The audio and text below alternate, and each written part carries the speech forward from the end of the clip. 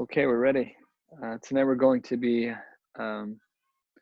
starting a new set of tens. We're into the 60th block, Baruch Hashem, of Maseches Shabbos. That's a big accomplishment, well more than a third of the Masechta. So we're making our way through, which is a big schus, thank God.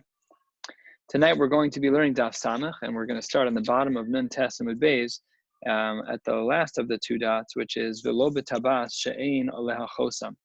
We had been speaking about things that a woman is allowed to wear and or not wear as she goes out of the house in a Rishus Rabbi or under other various circumstances.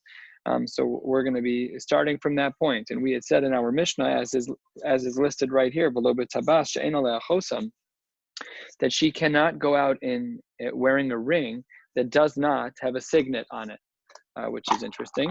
And the Gemara then makes a very quick inference and says, we infer from the Mishnah that only registers her violation as an Isser D'Rabbanan without the signet, that that if she goes out with a ring that has a signet, again, something else on the ring other than the ring itself, then she's chayeves. Alma, what is implied from there? The fact that we say that she's chayeves when she goes out, that implies that it doesn't have the din of a tachshit, because if it had the din of a tachshit, which is jewelry, she would not be chayeves.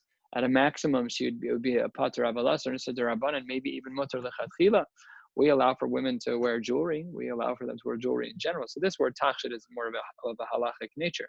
So this the Gemara has a very big problem with. Again, the implication of our Gemara, of our Mishnah, is that if a woman were to wear a ring that had a signet on it, that she would be chayeves. Says the Gemara uriminhu, a question from the sources in the Tanaim. We have, this is a Mishnah in Maseches Kalim, and the Mishnah there says, Tachshite nashim mitamen, that we do know that the jewelry of women are considered tameh. In this Masechta, almost as a rule, whenever we see that something is tameh, it means that it's able to be makabel tuma, and it has the status of a kli. So Tachshite nashim are mitamen. Let's see what's included there. The eluhein Tachshite nashim, katlaos, those ornate bibs that women would wear, the fancy ones, nizamim, nose rings, v'tabos, rings in general. What kind of rings are we talking about? V'tabas, bein sheyesh aleha chosam, bein she'ein aleha chosam, v'nizmei ha'af. We see rings, whether or not they have a signet, whether or not they have something else that's on the ring, as well as nose rings. But this piece is most important for us.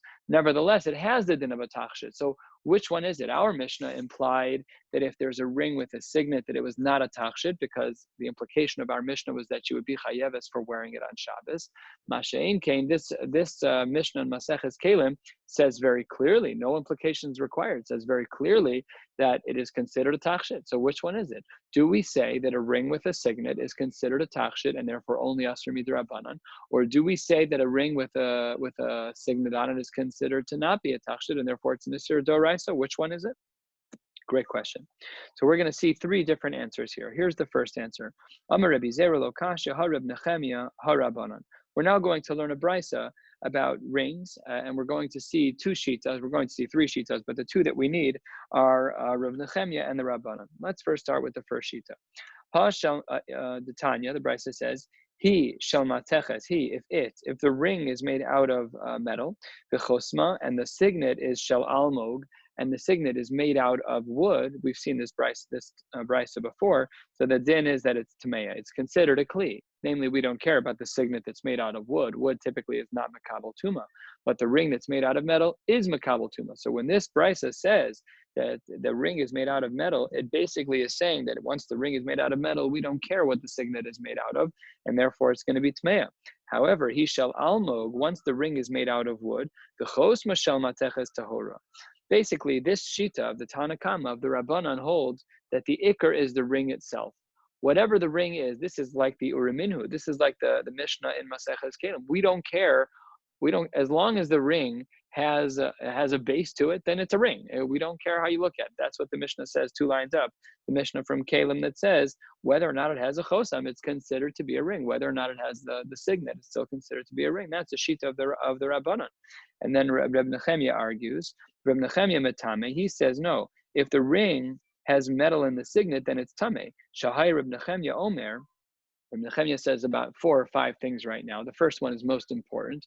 We'll explain the answer here and then read through the next set of the brisa that he says here. So Rabbi Nechemia Metame, last line of the Testament base, Shahai Rabbi Nechemia Omer betabas halach achar chosma. When it comes to the ring, unlike the Rabbanan who follow the ring itself, if the ring is a material that's makabel tuma like metal, then it's makabel tuma and it's a kli.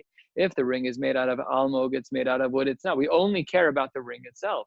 Masha'in Kain, in contrast, the opinion of Rabbi Nechemia follows what defines the ring, which is the signet itself. And that's what that last line is. Omer betabas halach achar chosma. And because of that, that's where our Mishnah comes in, because our Mishnah said that you're not allowed to go out with a ring that has a signet. And if in fact it did, you'd be chayiv. And that matches up with the Shita. That matches up with the Shita of Rav Nechemia. Now, he also lists a number of other cases. As I mentioned, we've already learned answer 1 to our contradiction, but let's finish the Brisa and the Shita of Rav Nechemia. He also says that Be'ol, when it comes to a yoke that's put on an animal, halach achar samlonav. The samlonav was the part of the yoke that they put on the head of the animal to make sure that the head of the animal faced straight so that the animal walked straight. It was kind of a makeshift device that they attached as a part of the ol, as a part of the yoke, to make sure the animal did what it was supposed to do. Turning to the top of Daf Samach Amud Aleph, the kolav halach achar masmerosa. This was the mannequin of old, but not in the shape of a body. It was kind of like a conical shape with a wider base and a thinner top, and they would hang clothes on top of them. So Bekolab, in this way, you look at Rashi, who kimin amud rachav, it's like a pillar that's rachav milamata, wider at the bottom, vidak milamala, thinner at the top, umetaltel, and it's portable. And he'd put it in his window in order to advertise clothes. Okay, so there we said Bekolab back in the Gemara, halach achar masmerosa, we would follow the status of the nails that were protruding, the pegs that he would put in there to hang the clothes on. Maybe to represent the arms, whatever the case may be, maybe to hang a scarf. This sulam, in regards to a ladder, halach achar shlivosav, we would follow the rungs. That would be the part of the ladder that we look at for its status of tuma. Continues the brisa be'arsa in regards to a scale, halach achar shal shalosav. If you can imagine one of those scales that was right to left, and there are chains that connect from the top to each side of the scale, so that when what is in this hand is heavier, it pulls on this chain and then pulls on the other chain, and then the scale tilts. So says the Gemara, those chains, the shal shalosa, were the ones that were the machriya. Whatever they were made out of would define whether or not they were tummy. This really is the articulation of the Shita of Rav Nechemia, that each item has a focal point. And in regards to tabas, it is the chosam, it is the signet, and this is again different from the Rabbanan, and that is how Reb Zera gave our first answer to the contradiction in the 2 sources in the Tanaim, between our Mishnah and between the Mishnah in Maseches Kelim, answer number 1. V'chachamim omrim, last line of that brisa, hakol holech achar hamamid. This Rashi here discusses this. We're not going to spend too much time on this, but here the chachamim argue with the previous shita. It argues with Reb Nechemia, and that those things are not davar hamamid. That's not what makes it into a thing. What makes a ring into the thing is the ring, not the signet. The signet is secondary. So Reb Nechemia seems to be like the Tanakama, not for now. So that's answer number 1. Answer number 2.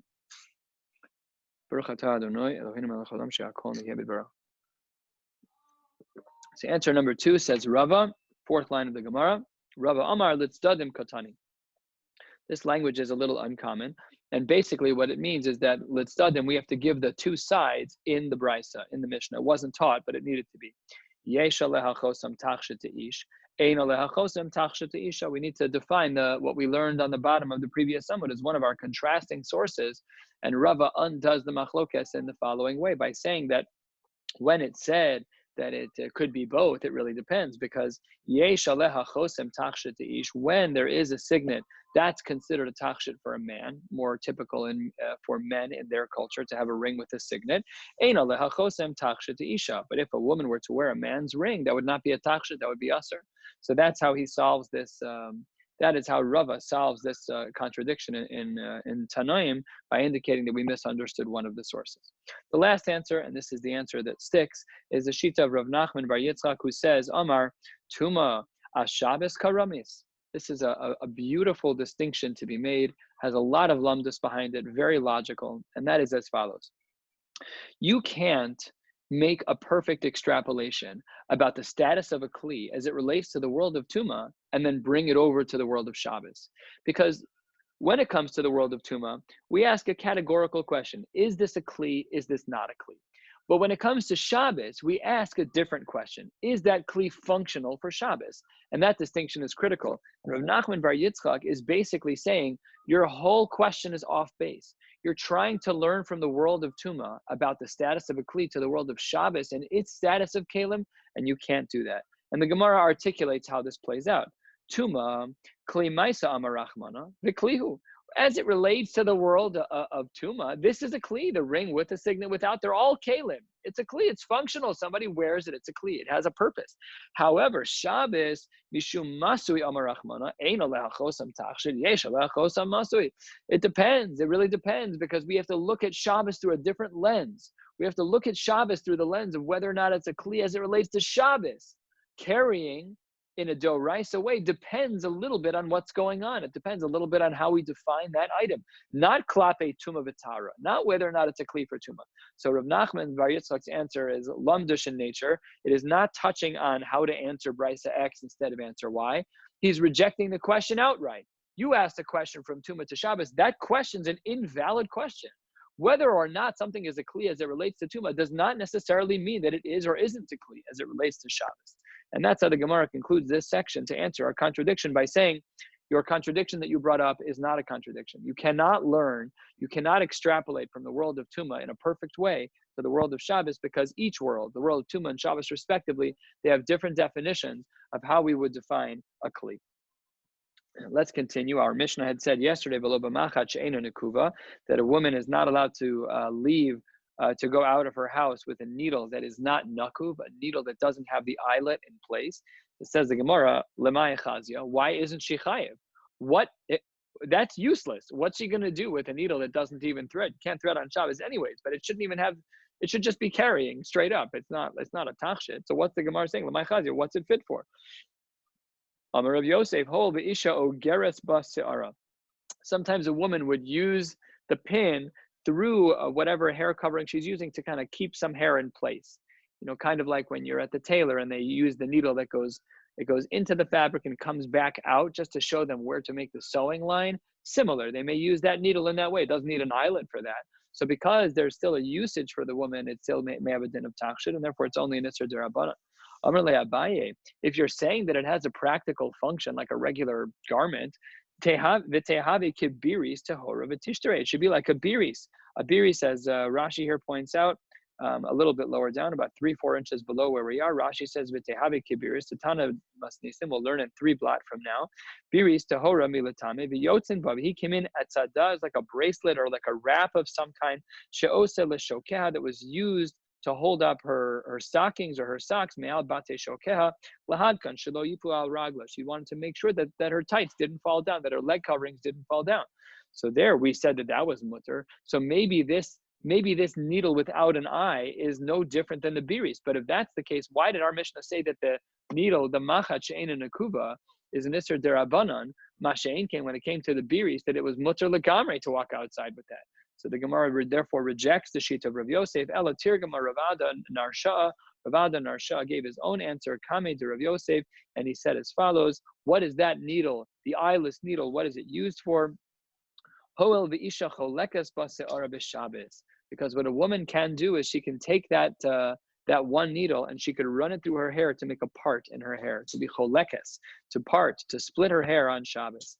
Says the Gemara, okay, but lemay chazia, that doesn't work either. You're not allowed to brush your hair on Shabbos. We're going to discuss that in a moment. Amar Rava, you're right. She's not allowed to brush her hair, but this type of pin was a little different. So now our Mishnah said that it was a machat she'ein nakuva. It was a machat. It was a needle that did not have an eyelet. But here it was actually a little bit different. Amar Rava, tas shel zahav yeshla al rosha. This was a needle that had a decorative pin, a decorative piece on the end of the pin where the eyelet would have been. Bechol, during the week, cholekas basara, she would part her hair during the week with that. On Shabbos, she knew she wasn't allowed to do that. B'Shabbos menichta keneged padachta. She would place the pin in her hair covering in a way where it would be shown as a kind of a pin of some kind, like a decorative pin. And therefore, that's the Gemara's answer. When we were talking about a machat she'ein and a kuba, there's nisr derabanan to carry it out on Shabbos. What is that case? That is a machat that is double-ended. One end is a needle, and it can be used to part your hair during the week. Then the other end was more decorative, that a woman would wear just for the sake of decoration. Halacha l'maisa, how do we brush our hair on Shabbos? So the poskim are very clear that if you are brushing your hair with a hard bristled brush, it's pretty much a psik reshe, that you will be pulling hair out of your head on Shabbos, and it's therefore usher to brush your hair on Shabbos. Certainly, if someone has very knotty hair, tight curls, that's a big, big problem. This shaila comes up most prominently when a woman has to go to the mikveh on Friday night and she has very curly hair. That can be a very, very big problem. It's a very big problem. So sometimes women who have hair like that will straighten their hair before Shabbos so that they can brush it more easily. So guideline number one is you have to know that your hair doesn't fall out very easily. If it does, you're not allowed to really brush your hair at all. Number two is that you should have a brush that is very wide bristled and soft bristled. Sometimes, like in Rabbi Ribiat's book, I looked this up today, he recommends using like a kid's brush, which is super delicate. The hairs are very, very soft and they kind of bend when you move them. And there we would assume it's not a psik reshe. He also recommends that you should have a brush that's specific for Shabbos to make the distinction. Speak to your own local Orthodox rabbis about any other details, but those are just some of the Rosh Prakim. And Baruch Hashem, that brings us to the next Mishnah halfway down on Daf Samech Amud Aleph. The Mishnah says, Lo yetze ha'ish b'sandal ha'mesumar. Men are not allowed to go out on Shabbos with sandals that were put together by nails. Below biyachid bizman she'ein beraglo maka. You should also not go out in public with one shoe. This is general good advice. It's also advice that is halachic in nature. Don't walk around with one shoe. Rashi here has a chakira of sorts. Is it because of marasayin? Is it because people may start talking about you and making fun of you, and you may end up carrying the shoe? Nevertheless, a din that's quoted here in the Mishnah of below biyachid, you should not wear one shoe unless you have an injury. We see this all the time. People have foot surgery, they wear one boot and one shoe. Okay, that makes perfect sense. But if you lived in an area where there was no eruv and you really didn't have an injury, you could not just walk around in one shoe. Okay, so then the Mishnah continues with a little bit tefillin. Obviously, if someone cannot wear tefillin on Shabbos, what happens if you find tefillin in the alley? Can you put it on Shabbos just to move it so that way you're actually wearing it? It's still derech levisha. Do you make a bracha? All the shilas. Below bekamiya, we learned this din already twice over. Below bekamiya bisman she'eino min hamomche. One cannot wear an amulet unless that amulet has proven success to heal people. Below b'shiryom, below bekasta, below b'magafayim. These are all army clothes, which is a shield, a helmet, and boots. These also cannot be worn on Shabbos because they give an appearance that there is war coming. But because they all have a din of a beged in all of these cases, because they all could be treated either as a din of beged or as a din of a tachshid, of jewelry of some kind, so therefore there's no concern about there being a chiyuv chatas. At a maximum, it would be an isur d'rabbanan. Says the Gemara, sandal hamasumar, my time. What is the whole big deal about wearing sandals? That who cares if you stitch the sole to the leather that are the straps on the top of your feet, or if you nail them down? Why does the Gemara care? And the Gemara is going to tell three distinct stories that indicate why it is that we should be concerned about a sandal that was nailed together. Says the Gemara, first answer, Amar Shmuel, Shalfei Hashmad Hayu. There were people who survived Shas Hashmad. They escaped and they were hiding. They were hiding in a cave. Amru, you want to come into the cave? We'll let you come in, no problem. However, when it comes to leaving the cave, you were not allowed to leave. The reason why they weren't allowed to leave is because people were afraid that if someone would walk out, maybe they'd be seen by an enemy. At least when you're walking in, you can check your surroundings. You can see if people are following you. You'll know by going into the cave that no one's there. But when you're inside the cave and there's no cameras, you don't know who's outside the cave. So no one who was allowed to leave the cave. Just think Shas Hashmad. These are terrible, terrible times. And Jews were hiding to keep themselves safe. So that's what the Gemara says here was going on. You're not allowed to leave. And then here's what happened. Just as background, basically people's sandals back in the day could be worn in both directions. There was a correct direction to wear one, but basically because you were tying straps around your leg, it didn't really make a difference which way you put it on. You could walk in it either way. but there was an actual correct way to wear them. So one particular yid, nepach sandalo shel echad mehen, his shoe was put on backwards. And when he was put on backwards, he walked in.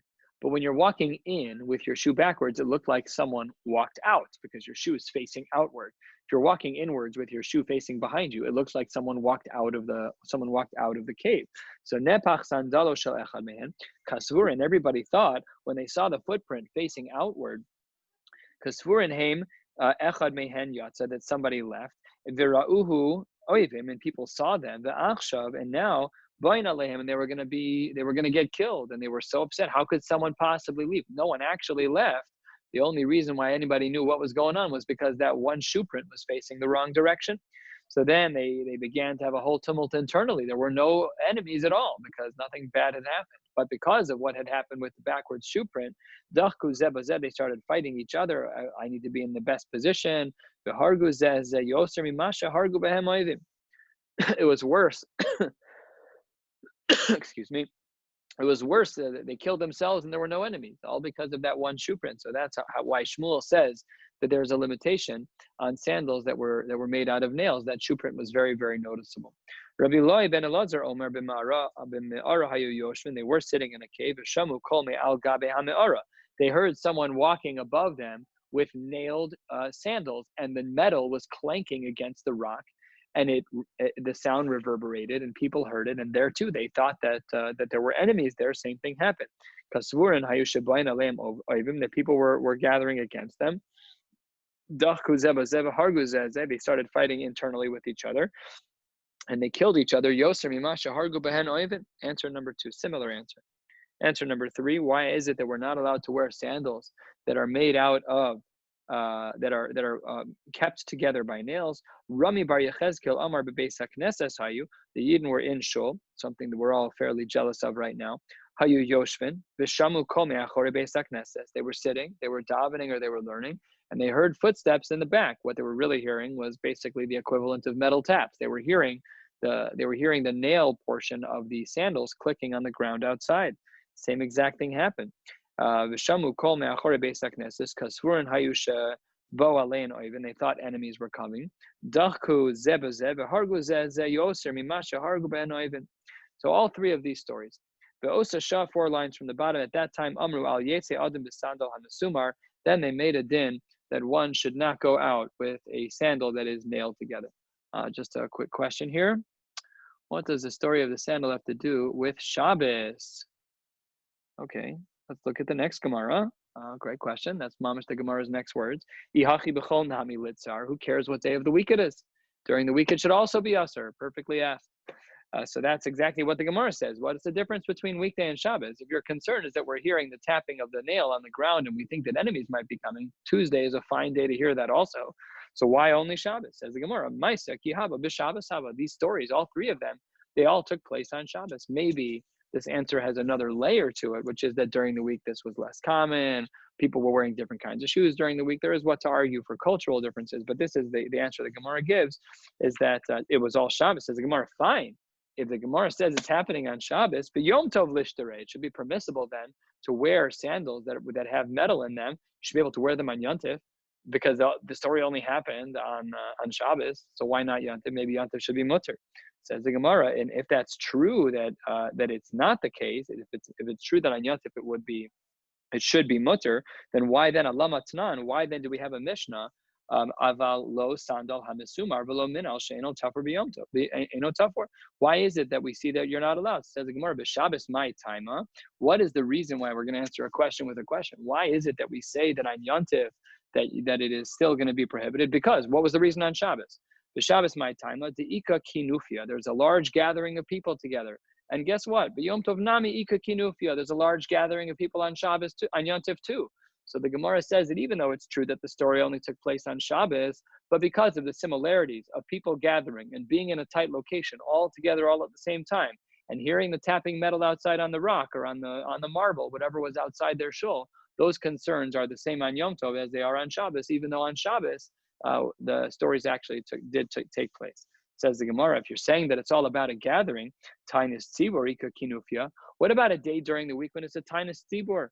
So apparently their culture was a little bit different. On a Tainus Tzibor, everybody got together. It was a different world. They must have had larger numbers than they normally did, because the Gemara here says that on Tainus Tzibor, Ika Kinufia, there were more people, much like it was on Shabbos. And nowadays, when we have a Tainus Tzibor, a similar crowd for Shacharis, doesn't change that much. Clearly, it was different then. So says the Gemara, Tainus Tzibor, Ika Kinufia Litzar. If what you're saying is that the common denominator of days on which it's prohibited to wear sandals that are hammered in with nails is large crowds, then Tainus Tzibor should also be Asur. Answers the Gemara, Maisa kihava bekinufia de isura. When did these stories happen? These stories happened on days where there was Isser, on days where there was Isser Malacha, on Shabbos and Yantiv, really on Shabbos, and we carried over to Yantiv. But that doesn't apply to a Tainus Tzibor.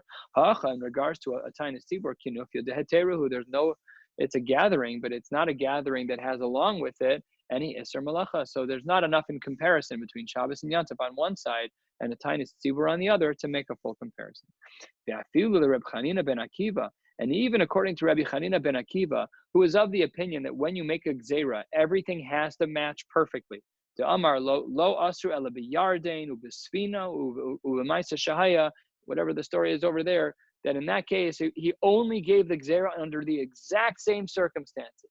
But here, that's not the case. Hani mili yardein deshaini mishar naharos. That's because the Jordan River is different than other rivers, because of its uniqueness of how thin it is and how it runs. Aval Yom Tov v'Shabbos ki hadadininu. Even Reb Chanina ben Akiva would not have made a distinction between Shabbos and Yontiv, and he would have said that the shoes are prohibited on both. After all, Ditznan, we've quoted this Mishnah before, and Amir Hashem will learn it in Maseches Megillah in time to come. Ein ben Yom Tov l'Shabbos el ochel nefesh bilvad. That really the distinctions between Shabbos and Yom Tov are minuscule. They're only in regards to the Meleches ochel nefesh, those few malachos that we are allowed to be lenient upon, as we just did over Pesach on the days that were not Shabbos, where we're allowed to be a little bit more lax. That ends this general discussion of the Isser of sandals that are misumar, that are made with nails. But now we're going to get into some other minutia. This will take us down to the last word, almost to the last word of the page. And then Amir Hashem will wrap up in just a couple minutes more. We're only talking about this prohibition of wearing sandals that are limiting. That's only where the nails are put in a place where it's being mechazik the shoe, where it's strengthening the shoe. Namely, the way that our shoes are made, there's different types of ways that shoes are stitched, but basically it goes through the heel into the leather and back through the leather into the heel, and it's on the bottom. If you want to be mechazik the shoe, you got to put it on the bottom. So that's what the Gemara is referencing. The prohibition of wearing leather sandals that have nails in them is only when it's to strengthen the shoe. Mutter. You may have seen shoes that look like they have nails in them. They're like these kind of poke-studded things that some women's shoes have. Some men's shoes have it too. So avalanoi mutter, that's permissible as well. But even there are some parameters. How many nails are you allowed to have in your shoes that make it permissible, even if it's lanoi, even if it's just for decoration purposes? Rav Yochanan Amar chamesh bazeh v'chamesh bazeh, 5 on each shoe maximum. Rav Chanina Amar sheva bazeh v'sheva bazeh. Machlokas. How many are you allowed to have on each shoe? The first shita says 5, the second shita says 7. Amar le Rav Yochanan, the Rav Shemen bar Abba. Asber Allah, let me explain to you my shita. Ledidi shtayim mikan v'shtayim mikan. I hold 5, and there are 2 on each side of the shoe, 2 on the right side of one shoe, 2 on the right side of another. Ve'achas betarsiosav, and 1 by the heel to hold the back of the heel together. The Reb Chanina, gimel mikan ve'achas betarsiosav. This is the second opinion that was a little bit more lenient, allowed for 7 nails in the shoes for decoration purposes, 3 on each side and 1 at the back for the sake of the heel. Meisi Ve, the Gemara says, we have a question from a source in the Tanaim. Sandal hanote, if you have a shoe that is leaning, the shoe is not functioning correctly, it's kind of broken. Oselo sheva, divrei Reb Nasan, Rebbe matir b'yud gimel. Here we see different numbers. We started with 5 and 7. Now we see different numbers. We see 7 and 13. Bishlam ala Reb Chanina hu da amar ke Reb Nasan, the sheet of 7. That I understand. We see the precedent here in this source in the Tanoim. Elo the Rabbi Yochanan da amar kaman, Rabbi Yochanan, who initially said 5. You have no precedent in the Tanaim, because this precedent in the Tanaim spoke about 7 and 13 nails in each shoe. But you said 5. Where do you come from? So it says the Gemara, hu da amar ke Rav Nehorai. He holds like the Shita and the Tanaim of Rav Nehorai, which is found in a Brisa. The Tanya, Rav Nehorai, Omer, Hey, Mutter, V'Sheva Aser. He held, and Rebbe's Shita was following this line of reasoning, different than the previous brisa, that Rabbi who held that Rabbi Yochanan, who held that 5 was the number, was leaning on the shita of Rav Nehorai. Amar le Eifa le Rabba bar bar Chana.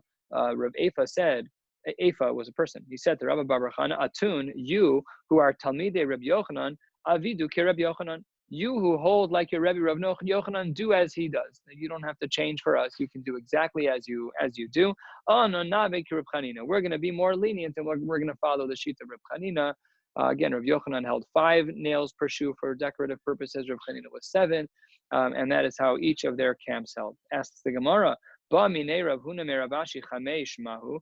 Rav Huna asked of Rav Ashi, Rebbe, how do you hold about 5? He said, I hold like Rabbi Chanina. Amar le afilu zayin mutter. I allow up to 7. What about 9? Amar le afilu ches aser. I told you I hold 7. Even 8 is prohibited. Don't even ask me about 9. Next question of the Gemara. Ba minei hahu ritzana. There was a person who was a shoemaker, and he asked a question, me Rav Ami. Tafru mi bifnim mahu. What if I stitch something into the inside of the shoe? Does that change things? Amar le mutter velo yadana my taima. I know that it's permissible, but I don't remember the reason why it's permissible. Asks the Gemara, Amar Rav Ashi velo yadana mar my taima. What are you talking about? Once you have a lining on the inside of the shoe, it's no longer a sandal. All that we've been talking about up until now is not regular shoes. We're talking about shoes that are sandals with nails. And let's see how the Gemara answers. Kevran de tafrum libifnim, because the stitching is on the inside. So then, havale minal, that's considered a shoe. The sandal gazru rabbanan, the minal lo gazru be rabbanan. Only by a sandal, that's where the chachamim were gozer. However, when it comes to a shoe that has a lining, and this was the actual threshold for them, that once there was a lining in the shoe, so then biminal lo gazru be rabbanan. Says the Gemara, 2/3 of the way down on Samech Hamid Beis, Ba minei Rav Abba bar Zavda me Rav Abba bar Avina. Aso kimin kalbos mahu. What if you take the nail and you curve it? We use these U-shaped types of nails to keep wiring in place sometimes on the sides of our houses. They're whatever shape they are. They have this little curvature to them. And let's say that's the nail that you use. Does that change things? Amar le mutter, that's not a problem. If you're using that nail instead of a regular nail, it's not a problem. It's Marnami Omer Rav Yossi. We're going to find this proof in this source in the Amoraim. Again, Itmar is always a keyword for Amoraim. Omer Rav Yossi, Reb Chanina, Sokim and Kalbus Mutter. He says explicitly that when the nail is a U-shape or a C-shaped nail, no problem at all. Amar Rav Sheshes chipahu kulu b'masmeros. What if you want to make sure your shoe doesn't ever die out? So what do? You make the whole bottom metal. You just put in 100 nails in the bottom of the shoe.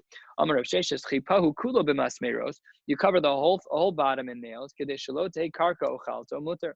So that the ground doesn't eat up from the leather of the shoe mutter. There's no problem with that at all. That's not a regular shoe that has nails in it that we're concerned about, and from sandal at least. Tanya Kavase de Rav Sheshes, there's a brisa that supports the sheet of Rav Sheshes. Lo yetze ha'ish b'sandal hamesumar. A person should not go out with a sandal that has a regular number of nails in it. V'lo yatayil mi bias l'bias afila mimita l'mita. Not only can you not go to your friend's house in these sandals, you can't even walk from one bed to another bed in your house. They are not to be worn on Shabbos. Aval, however, when in fact you're not wearing them, metaltalin osan, so you're allowed to still use them, lechasos boas hakli, to cover other things because it has a cavity and it's a shoe, so you could invert it. The lismoch bo kare amita, you can use it to raise, let's say your bed is off by a half an inch, and the shoe that you're not allowed to wear, you can still use letzorech gufo, to raise that bed a little bit, no problem. Rabbi Lazar, Reb Shimon Oser, Rabbi Lazar, Reb Shimon says that's Aser. Rashi says here, an inch above where we are, Dibra Maskal Oser, we're going to get back to this shortly. Dilma Asi Linoalo. His concern was very interesting. It's muksa because you might come to wear it, which is itself only an Isser Derabana. Very, very interesting that we have this double layer of Dine Derabanan. According to Rabbi Lazar, Reb Shimon, we will see shortly that we don't paskin like him, and that we paskin that this sandal with nails is not considered muksa. Nashru rov masmerosa v'nishtayr bodalad ohem muter. If most of the nails are removed or fall out from the shoe, it says that, let's read that again. Nashru rov masmerosa v'nishtayr bodalad ohem muter. And there are 4 or 5 left, it's permissible. The Rebbe Matir Ad Sheva, he says that it has to be that you can even have up to 7 nails when the nails are falling out, as long as 7 are left. 7 and under are fine.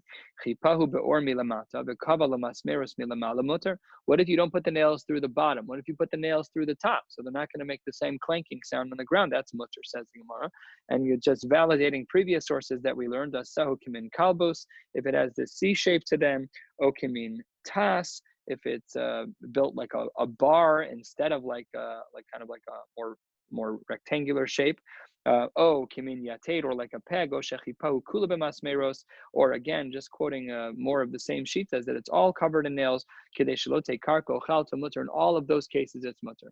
Basically, sikum advarim is that anything that isn't this exact case of a sandal with just a few nails in it is going to be permissible.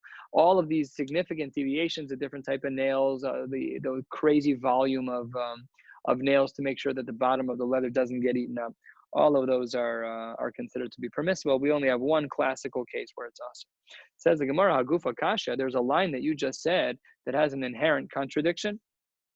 Amris, you said Nashru Rov Masmerosav.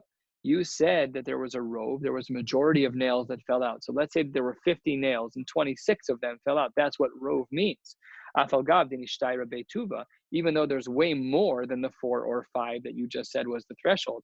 And then v'hadar tani arba uchamesh in tfei lo. So when you say rove means most. So if we're talking 50 nails, we mean 26, which means that there's 24 nails left over. But you said only 4 or 5 are permissible, and the more lenient Shita said that only 7 are permissible. So that's a contradiction in the same line. Amar of Sheshes Lokasha Kanshe Nigmamu Kanshe Nekru. It's different when they're worn down versus when they're pulled out. When they're worn down, then you can have even more than 7. That's totally fine. You can have up to the rove. That's no problem.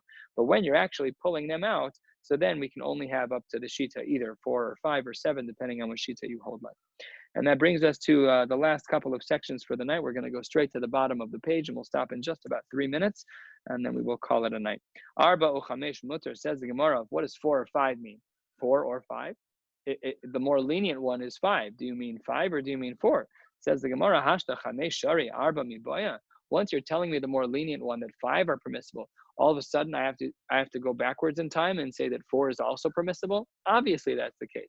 Says the Gemara, Amar Rav Chizda, arba misandal katan v'chamesh misandal gadol. Depends on your shoe size. And how do we distinguish that? We don't really know from the Gemara. But when you're talking about a small sandal, so then we allow up to 4. When you're talking about a bigger sandal, we allow up to 5 nails. Good. Rabbi matir ad sheva. Rabbi, we said that when the shoe had a lot of the nails being pulled out or falling out, actually it's pulled out, so he allows 7 and under. So let's analyze that. Ve'atanya, Rabbi Matiraj Shloshesrei. We saw in a different brayso that he allows up to 13.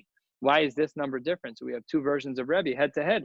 Which one is it? Says the Gemara, shiny, note shiny. It's different when the shoe is broken. When the shoe is broken, you're allowed to have more. And if you recall earlier when we quoted the Shita of Rabbi, that was in a case of nota where the shoe was broken. That's how Rabbi's case was framed. So therefore, there's no machlokes. The 7 is for a shoe that's not broken, and the 13 is for a shoe that is broken, and you need a little bit more support to make the shoe functional. 7, 8 lines from the bottom. Hashta de asis lahachi. Now that we have this answer of nota shiny, we spent a little bit of time trying to answer up a stira in Rav Yochanan. How did Rav Yochanan get to 5? We said he holds like Rav Nehorai. Why do you have to go do that? Why don't you just give the Balabat Tisha answer to say, Hasha da asis lahachi, Rabbi Yochanan nami lo kasha, nota shiny. We could have given a different answer for Rav Yochanan. We don't have to go find another sheet in the Tanaim of Rav Nehorai to say that the precedent that Rav Yochanan was relying upon for 5 nails is found with Rav Nehorai. No, maybe he was talking about a shoe that's broken. Could be. Amar Rav Masne ba'amri la Amar Rav Achtavoy bar Masne Amar Rav Masne. Ein halacha k'Reb Reb Shimon. Remember we said earlier that we don't follow the sheet of Reb Shimon, who said that the shoe is muksa even when you're not wearing it, as Rashi highlighted, that we were concerned that maybe this person was going to put on the shoe again. Says Gemara Pshita, that's obvious. Yachi berabim, halacha k'Rabim. It's just stacking the numbers. The votes don't work out. He's one sheet, everybody else disagrees with him. Says the Gemara, no, mahu detema mistabra taima de Reb Shimon beha kamash malan. It's not so much that it's Yachid V'Rabim question, says the Gemara. Our concern is that maybe this svara is very real, more than other svaras. When you're holding a shoe, if you like the shoe, you may be tempted to put it on.